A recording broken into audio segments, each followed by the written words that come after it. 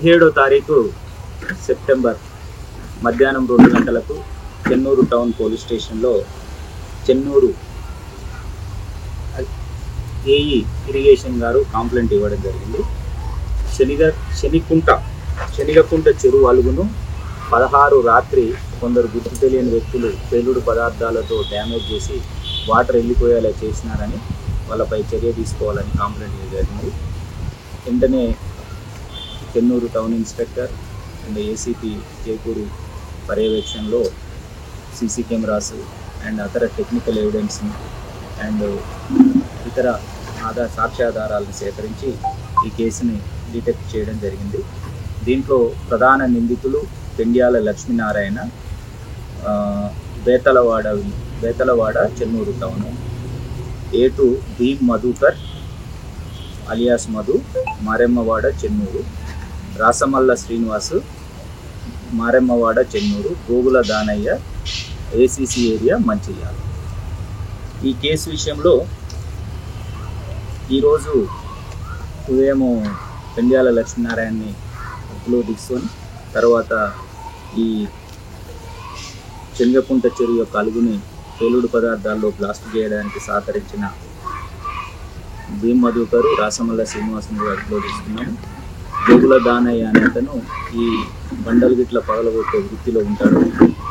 అతని సహకారంతో వీళ్ళు ఈ నలుగురు కలిసి ఈ క్రైమ్ చేయడం జరిగింది.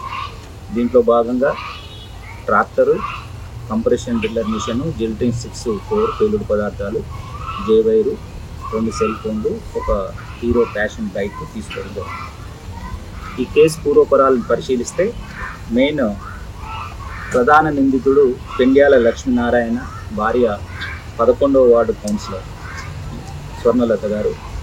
వీరి శనిగకుంట చెరువు బ్యాక్ సైడ్ 11వ వార్డులో పాలినయ్యే కొన్ని హౌసెస్ ఉన్నాయి. గతంలో నుంచి కూడా చెరువు ఫుల్ ట్యాంక్ లెవెల్ వచ్చినప్పుడు ఆ ఇళ్లలోకి 3-4 హౌసెస్కి దగ్గరలో కొంత వాటర్ రావడము, మళ్ళీ చెరువులో వాటర్ తగ్గగానే వాటర్ వెళ్ళిపోవడం జరుగుతుంది. కానీ ఈ సంవత్సరము ఎక్కువ వాటర్ రావడము, చాలా రోజులు కూడా ఆ కాలనీలో దాదాపు 100 ఇళ్ల వరకు కాలనీలో నీళ్లు నిలబడుతూ ఉన్నాయి.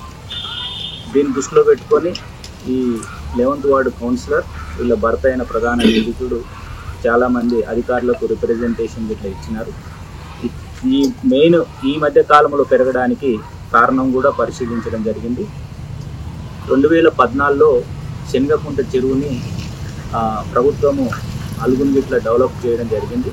దాని తర్వాత అంత పెద్ద ప్రాబ్లం లేదు. మెయిన్ ఈ శనిగకుంట చెరువు